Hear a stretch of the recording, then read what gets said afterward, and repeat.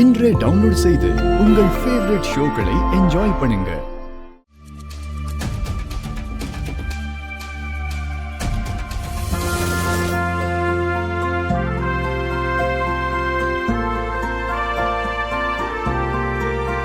உடல் ஆரோக்கியம் எந்த அளவுக்கு முக்கியமோ அதே அளவுக்கு மன ஆரோக்கியமும் முக்கியம்.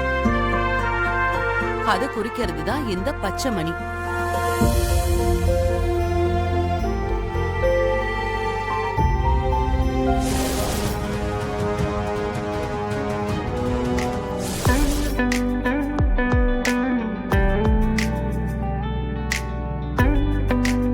இது இருக்குல்ல, இந்த மாயில வடிவ தங்கம், இது நம்ம தமிழ் கலாச்சாரத்தோட பாரம்பரிய அடையாளம்.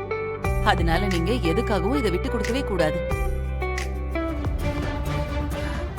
என்னடா இன்னும் அந்த வரதனை காணும்? வந்துருவாருக்கா. ரொம்ப நேரமா நீயும் இதே தான் சொல்லிட்டு இருக்க. ஆனா அந்த ஆள் வரதுக்குள்ள இங்க எல்லாம் முடிஞ்சிடும் போல இருக்கே. கொஞ்சம் பொறுமையா இருக்கா, வந்துருவாரு.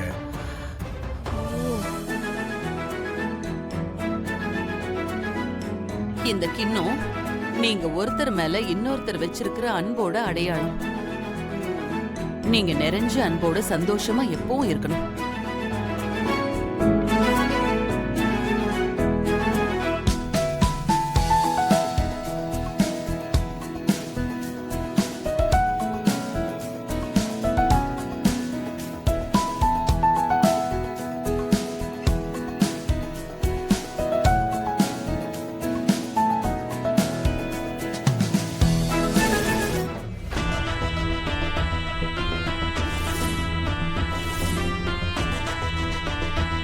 எப்படியோ போன் எடுத்தாச்சு. எப்படியாவது இது உடனே கொண்டு போய் வரதன் கிட்ட கொடுத்துடணும். எப்படி கொடுக்கறது? அதுக்கு டைம் வேற இல்லையே.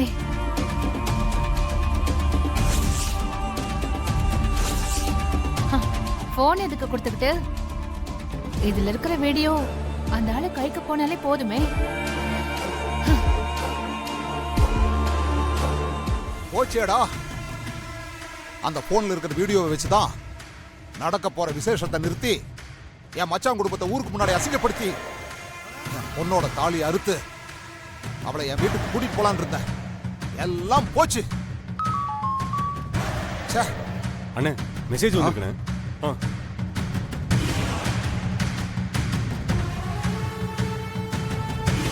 என்னடா, என் போனுக்கு ஏதோ வீடியோ வந்திருக்கு. தெரியலண்ணே.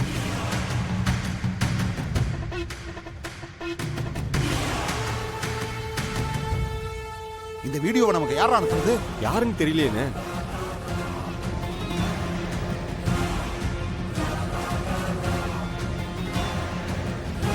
சரி, இத யார் அனுப்புனாங்கன்னு அப்புறம் பாத்துக்கலாம்.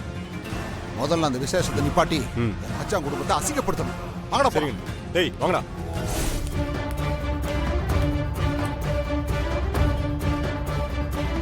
ஏய், நிறுத்துங்க.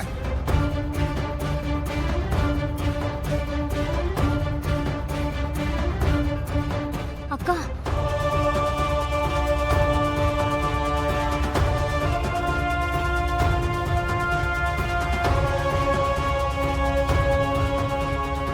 தாலி கட்டுறதுக்கு முன்னாடியே வரணும்னு நினைச்சேன்.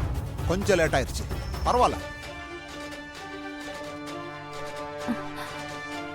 அக்கா, இந்த ஆளு எதுக்கு வந்திருக்கான்னு தெரியலையேக்கா.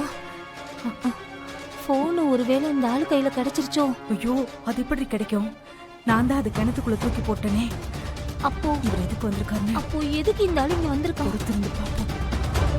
நீங்க எல்லாரும் சேர்ந்து என் பொண்ணுக்கு கல்யாணம் பண்ணி வச்சீங்கல்ல, அந்த கல்யாணம் செல்லாத கல்யாணம்.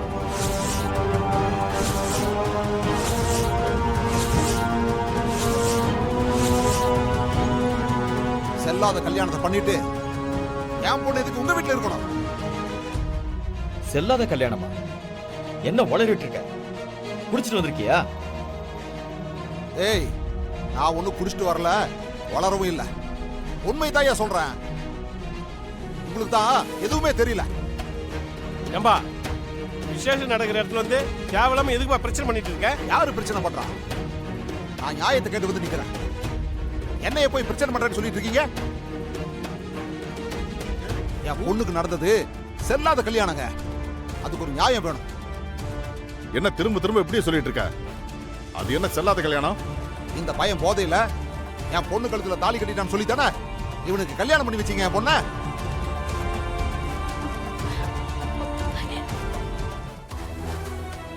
அது உண்மை கிடையாது. நடந்ததே வேற. இந்த கரிகால பயலும் என் பொண்ணு சேர்ந்து இவங்க எல்லாரையும் ஏமாத்தி இருக்காங்க.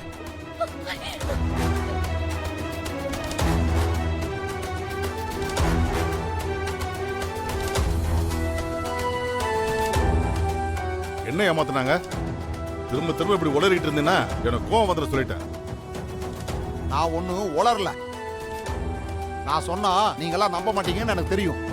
அதனாலதான் ஆதாரத்தோட வந்து பேசிக்கிட்டு இருக்கேன்.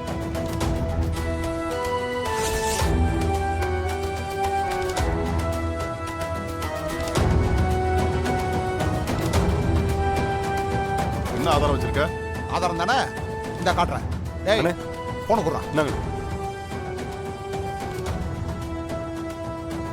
எல்லாரும் இப்ப நல்லா பாத்துக்குங்க. இந்த வீட்டு பெரிய மனுஷங்களையும் இந்த வீட்டில் உள்ளவங்களையும் ஏமாத்தி இந்த கல்யாணம் நடந்ததுக்கான ஆதாரம் இதுதான்.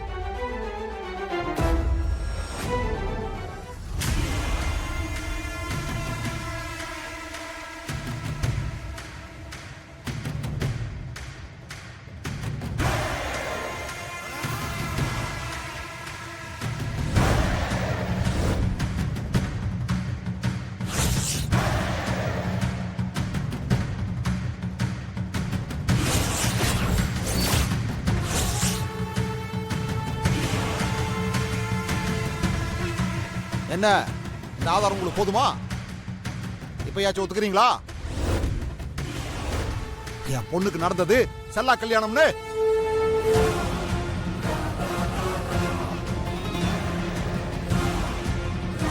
நான் அன்னைக்கே சொன்னேன்.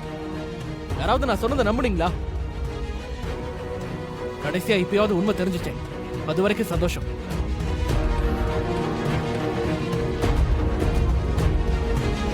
நான் எல்லார்கிட்டையும் என்ன நம்புங்க நம்புங்கன்னு எப்படி கெஞ்சிருப்பேன்? யாராவது ஒருத்தராவது நான் சொன்னதை நம்புனீங்களா? எல்லாரும் முன்னாடி அன்னைக்கு நான் எவ்வளவு அவமானப்பட்டேன். ஒரு பொண்ணோட வாழ்க்கையில விளையாடணும்னு அன்னைக்கு எல்லாருமே என்கிட்ட சொன்னீங்க. இப்போ என் வாழ்க்கையில விளையாடி இருக்கிறது இவதான். இப்ப என்ன சொல்ல போறீங்க? ஒரு பொண்ணு வந்து சொல்லிட்டா அது அப்படியே நம்பிடுவீங்கல்ல? இப்ப என்னாச்சு பாத்தீங்களா? மத்தவங்க நம்பாதது கூட எனக்கு பிரச்சனை இல்ல. அன்னைக்கு என்ன பெத்த அப்பாவே என்ன நம்பல.